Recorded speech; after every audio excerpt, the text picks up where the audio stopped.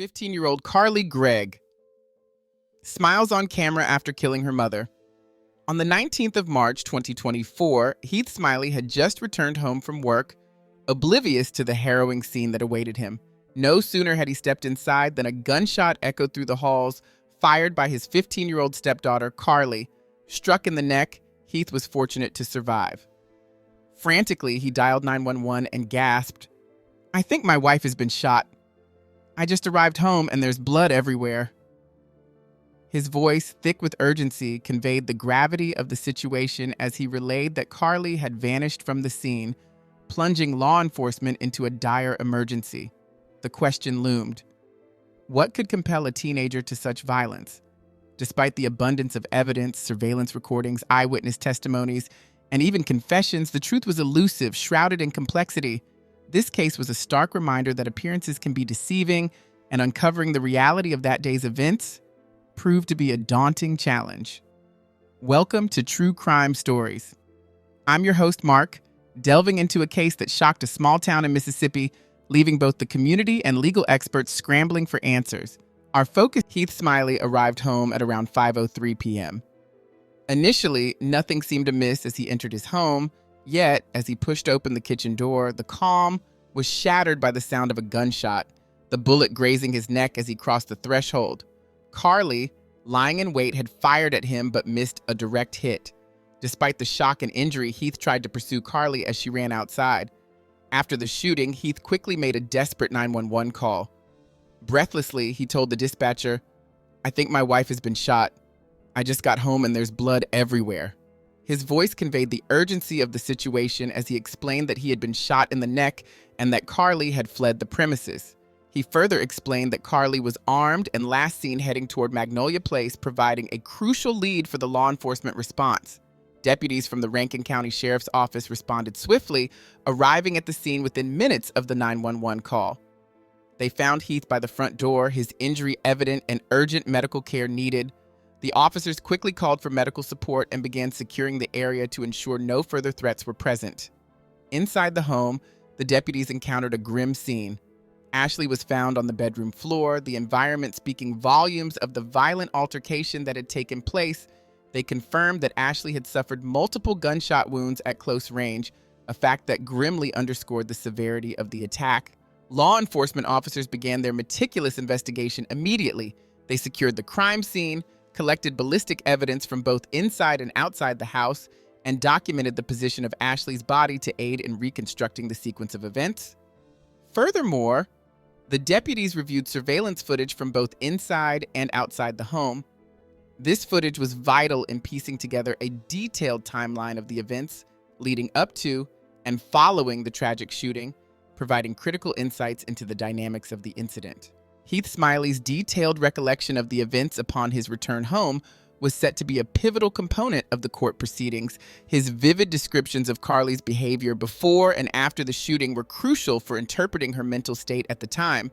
This testimony aimed to provide the court with a clear window into the chaotic and troubling circumstances surrounding the incident. In the immediate aftermath of the shooting, law enforcement officials launched an extensive search for Carly. They utilized outdoor surveillance footage to track her movements as she fled the scene. This effort was bolstered by the deployment of a Mississippi Highway Patrol helicopter, which played a key role in her eventual apprehension.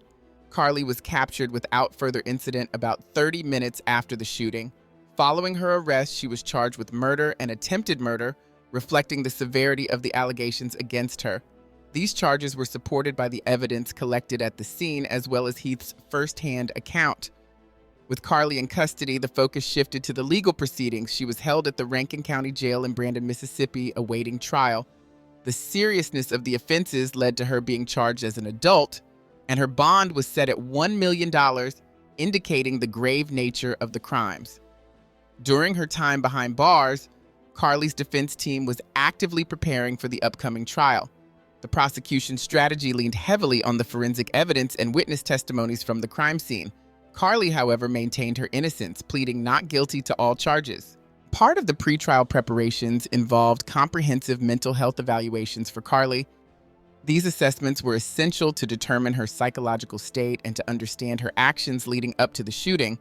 Her prior therapy sessions for anxiety were scrutinized, becoming a focal point in her defense's strategy to illustrate her mental health challenges. As the case moved forward, Carly was offered a plea deal which proposed a 40-year prison sentence. This development marked a critical juncture in the legal battle, setting the stage for complex legal arguments and a deep dive into the factors that led to the tragic events of March 19, 2024. Carly Gregg, through her defense team, chose to reject the plea deal offered by the prosecution, opting instead to face a trial. This decision clearly demonstrated her intent to fully contest the charges levied against her. As the trial date neared, her legal team diligently worked on assembling a robust defense, focusing on both the factual basis of the case and the nuances of Carly's mental health issues. In their preparations, the defense reviewed surveillance footage, analyzed Carly's text messages, and consulted extensively with mental health experts. These efforts aimed to form a defense that could address the complex interplay between Carly's actions and her psychological state.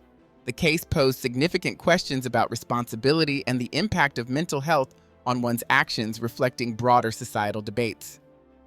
The dynamics of the trial shifted dramatically on August 19th, when Carly's defense faced critical examination from the presiding judge, Dewey Arthur. Although Carly was found competent to stand trial, the judge raised significant concerns regarding her mental state at the time of the crime. This issue came to the forefront during a contentious courtroom debate that captured national interest. Judge Arthur questioned the defense over their handling of a crucial mental health evaluation report. He expressed concerns that the delayed submission of the report might have been a strategic move to benefit Carly's case. Defense attorneys Bridget Todd and Kevin Camp argued that the delay was not intentional, but rather a result of the complex process involved in finalizing and obtaining the report. They assured the judge and the prosecution that the report would be shared promptly once available. Despite these assurances, Judge Arthur was wary of the potential for manipulation within the trial proceedings. He emphasized the necessity for transparency and fairness, warning that any perception of withholding information could severely impact the trial's integrity. Amidst these legal battles, Dr. Amanda Guglielmo, the psychologist who evaluated Carly, provided testimony regarding her mental health. She noted that changes in Carly's medication prior to the incident might have influenced her mental state. However, Dr. Guglielmo also admitted that her expertise did not extend to fully understanding the medication's potential side effects or their overall impact, leaving some questions unanswered as the trial proceeded. Aware of the limitations in Dr. Amanda Guglielmo's evaluation, Carly Gregg's defense team engaged Dr. Mark Webb to conduct a more thorough mental health assessment. They plan to introduce the findings from Dr. Webb as key evidence during the trial, aiming to build a stronger case for Carly's mental state defense as the trial date loomed closer. On September 10th, just 6 days before the trial was set to begin, the defense filed a motion to exclude a critical piece of evidence, a urine test conducted on Carly upon her admission to the detention center. They argued that the test was administered without the necessary legal authorization, rendering the results inadmissible in court. The prosecution challenged this motion, maintaining that the urine test was essential for safety purposes within the detention facility and that Carly had voluntarily disclosed her marijuana usage. They contended that Carly's drug use was pertinent to understanding her mental state at the time of the alleged offenses, thus relevant to the case. Judge Dewey Arthur carefully weighed the arguments before siding with the prosecution. He deemed the urine test reasonable under the circumstances, citing the need to manage potential risks within the detention center. Consequently, the test results were allowed as evidence. In addition to this ruling, Judge Arthur issued a gag order that restricted Carly's defense team from discussing case details with the media. This decision was a response to previous concerns that the defense might have breached procedural norms by publicly commenting on ongoing legal proceedings. The atmosphere was tense and somber as the Carly Gregg murder trial commenced. The prosecution began its case by presenting a recording of the 911 call made by Heath Smiley and body cam footage from the first responding officer. These pieces of evidence were critical to setting the stage for the narrative the prosecution wished to advance. The trial opened with testimony from Rankin County dispatcher Kevin Collins, who played the recording of Heath's frantic 911 call. Heath's voice, full of hysteria and panic, detailed the violence of the shooting and his grim discovery of his wife Ashley's body. Following this, the court viewed body cam footage from Deputy Hunter Lewis, who had documented the immediate aftermath upon arriving at the crime scene. This evidence aimed to anchor the prosecution's case on the first day of proceedings. The trial resumed with the jury viewing the body cam footage that captured the immediate aftermath of the shooting. Heath Smiley, clearly distraught, was shown informing Deputy Hunter Lewis about the tragic events and directing him to the location where Ashley Smiley lay deceased. The footage starkly depicted the grim reality inside the Smiley residence, providing the jury with a visceral understanding of the scene that Heath had encountered upon returning home. In their opening statements, the prosecution sought to unveil aspects of Carly Gregg's life that were unknown to many, highlighting her secretive behaviors. They spoke of her relationships, including a boyfriend and her interactions on social media and her struggles with self-harm. They portrayed the day of the shooting as one filled with conflict, including a significant altercation with a school friend and her mother's discovery of her hidden vape pens. The prosecution presented these elements as part of a broader narrative, suggesting a buildup of tension that culminated in the tragic shooting. The prosecution also argued that Carly had intentionally shot her mother using a .357 Magnum, which she had concealed behind her back prior to the confrontation. They supported their claims with ballistic evidence and gunshot residue found on Carly's hands, aiming to paint a clear picture of premeditation and guilt. Conversely, the defense presented a markedly different view of Carly's relationship with her family. They emphasized her love for her mother and her status as a generally good student who had previously shown no signs of violence. The defense suggested that Carly was overwhelmed with fear and confusion when Heath returned home, framing the shooting as a panicked reaction to an emotionally charged situation. As the trial progressed, it aimed to peel back the layers of the day's events to uncover the truth behind Ashley Smiley's murder. The jury was tasked with the challenging job of sifting through the conflicting narratives to determine Carly Gregg's guilt or innocence. On the second day, the trial deepened its exploration into the events of that tragic day. Heath Smiley took the stand, sharing his experiences and perspectives. He described his generally positive relationship with Carly and his deep admiration for Ashley's role as a mother. Heath recounted the ordinary start to the day and detailed the series of events that unfolded leading up to the tragic shooting, including the critical text message he received from Ashley, setting the stage for his fateful return home. Heath Smiley provided a detailed account of the harrowing moments as he opened the door to his home, immediately faced with the threat of a gun. He described a frantic struggle to disarm Carly, which was followed by several gunshots. In his testimony, he depicted Carly as both scared and hysterical in the aftermath of the shooting. Heath also recounted his subsequent actions, detailing how he searched the house for any possible intruders, but found none, confirming the isolation of the incident to family members. Friends of Carly were called to the stand to shed light on her character and behavioral changes over time. They portrayed her as fundamentally a good person without any violent history. However, they noted her increasing use of drugs and alarming comments about harming her parents, which marked a significant shift in her demeanor and mental state. One particularly critical testimony came from BW, the friend who had rushed over to Carly's home upon her request for help after the shooting. BW recounted their conversation, revealing that Carly had confessed to shooting her mother and had expressed intentions to harm her stepfather as well. BW also described hearing additional gunshots when she ran into the backyard, deeply shaken by Carly's admission of killing her mother. The trial also examined Carly's troubled relationship with her biological father, Kevin Gregg.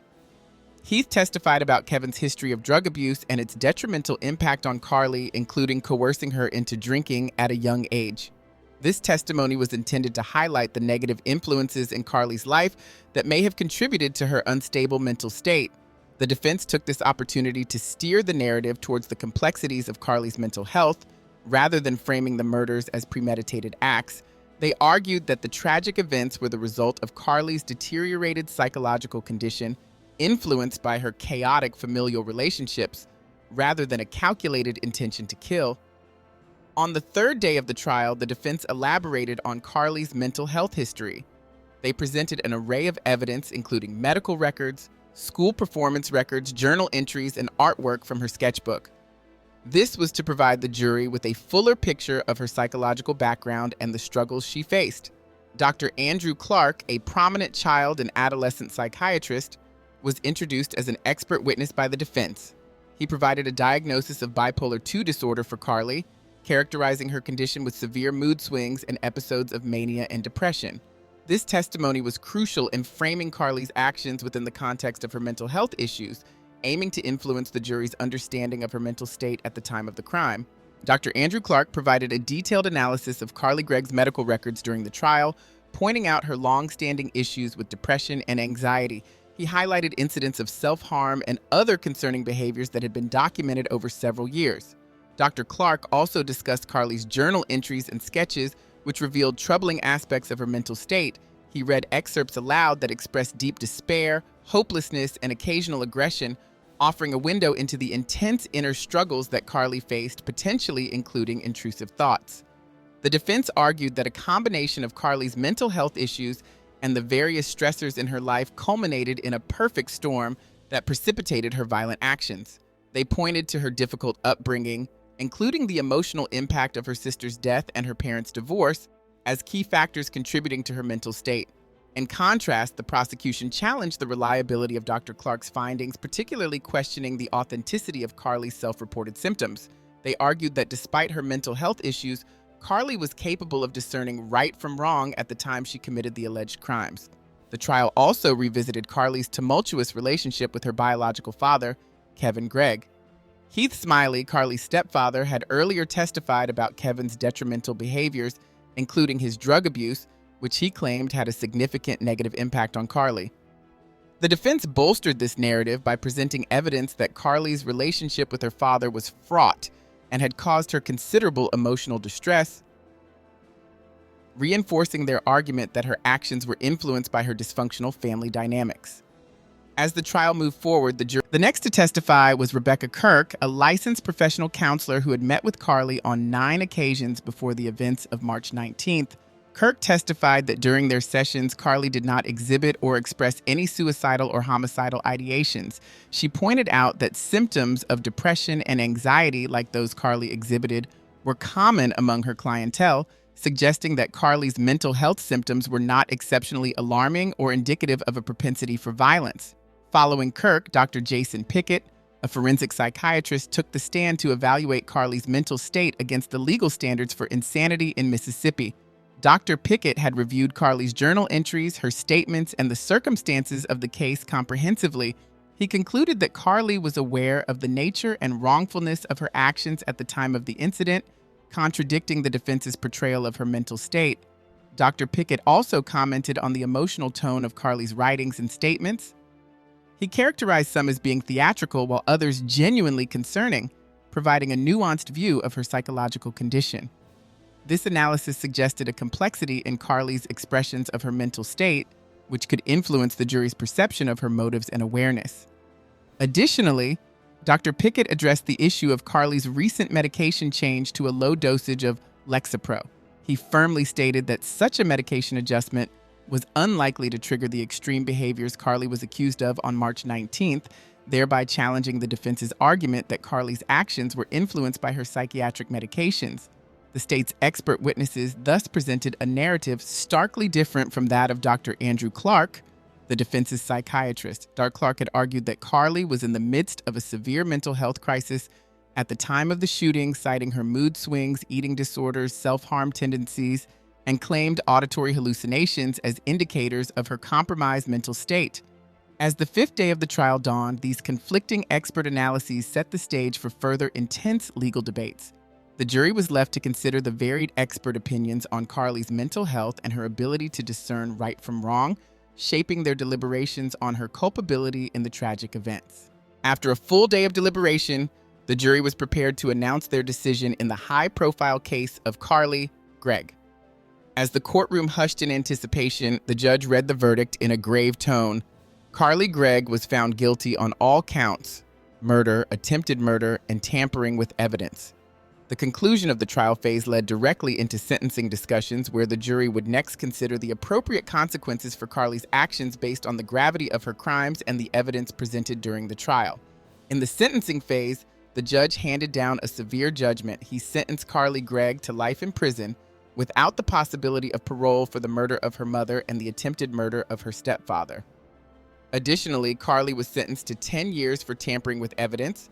However, this sentence would run concurrently with her life sentence. This meant that Carly would spend the remainder of her life behind bars, a decision that underscored the court's view of the severity and premeditated nature of her actions. The atmosphere in the courtroom was heavy with emotion as the sentences were declared. Carly Gregg, overwhelmed by the weight of her fate, broke down in tears. The emotional toll of the trial was also visible on her family members. Heath Smiley, the parents of Ashley Smiley, and other relatives exhibited a range of emotional responses from relief to sorrow, reflecting the complex feelings involved in such a tragic case. Before the jury retired to deliberate on the final sentencing, both the prosecution and defense had one last opportunity to influence the outcome with their closing arguments. Prosecutor Catherine Newman argued forcefully, stating that Carly Gregg had shown no remorse for her actions. Newman pointed to evidence suggesting that Carly's crimes were premeditated and highlighted her understanding of the nature and consequences of her actions. On the other side, defense attorneys Bridget Todd and Kevin Camp made a passionate plea for leniency. They emphasized Carly's ongoing mental health issues, her deep affection for her mother, and her generally positive relationship with her stepfather. The defense argued that Carly's judgment was clouded by her mental health struggles, potentially impairing her understanding of the consequences of her actions. After hearing these final arguments, the jury, a diverse group reflecting various backgrounds, retired to deliberate. They spent 2 hours in discussion before reaching a unanimous decision, concluding the legal proceedings with a definitive judgment on Carly Gregg's future. Carly Gregg was convicted on all counts: murder, attempted murder, and tampering with evidence.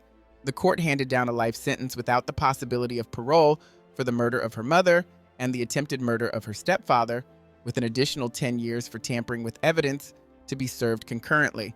The judge and jury were unanimous in their decision, reflecting a shared perspective on the severity of Carly's actions and the appropriate punishment.